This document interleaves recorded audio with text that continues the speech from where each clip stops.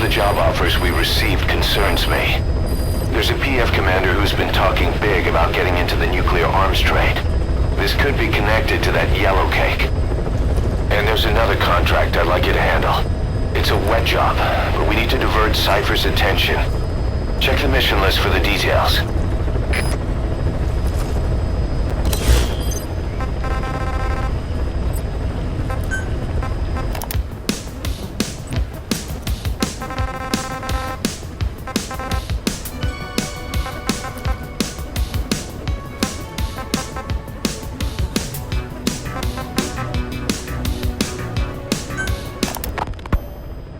Coyote operates mainly out of Africa these days. Of the 3 PFs, they're the smallest. However, they scooped up most of the Rhodesian SAS after the country collapsed 4 years ago. Picture their entire organization as one big special forces unit. With Rhodesia a British colony, the Rhodesian SAS had its origins in 22 SAS Sea Squadron. They started out as a group known as the Southern Rhodesia Volunteers. But in '51 they were incorporated into 22 SAS as members of the British Commonwealth and deployed to fight guerrillas in the Malayan emergency. Even now, 22 SAS keeps the Sea Squadron designation empty in recognition of their service. In a way, you could say the SAS almost makes up the core of Rogue Coyote.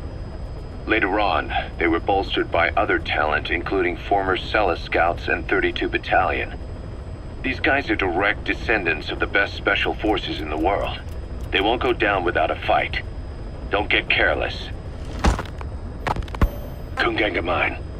A civil war's been going on in that region for the last 20 years.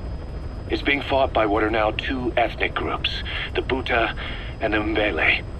Originally, you could barely tell them apart, but the reason for the current armed conflict goes back to World War I.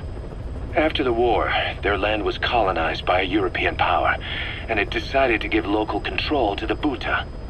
That split the 2 groups into rulers and subjects, laying the foundations for an inevitable civil war. The friction between them remained even after they won independence from Europe. The Buta are holding on to power to this day, and the Mbele rebels continue to fight back. The conflict is funded by locally mined gold, rare metals, diamonds. They've used the money from those to arm themselves, buy oil, and even hire PFs. The Buta administration owns the mining rights to Kungenga Mine. But most of the laborers are Mbele, who they've taken prisoner. The product they've gouged out of their land is bought up by cheap Western corporations. And this civil war is fueled by the profits. That's how it goes. One country's people is split apart by another country. Then the 2 groups tear up their own land for money in order to fight each other. Now this civil war started by a foreign power is the norm, and it's sucking up all the country's resources. PFs are just the same. They follow the money, taking war with them wherever they go. That goes for us too. It's an endless river of bloody retaliation, and we're standing downstream. Should we make a stand and staunch the flow? Or wade in amongst the corpses and make a bigger splash than the rest? We'll follow your lead, boss.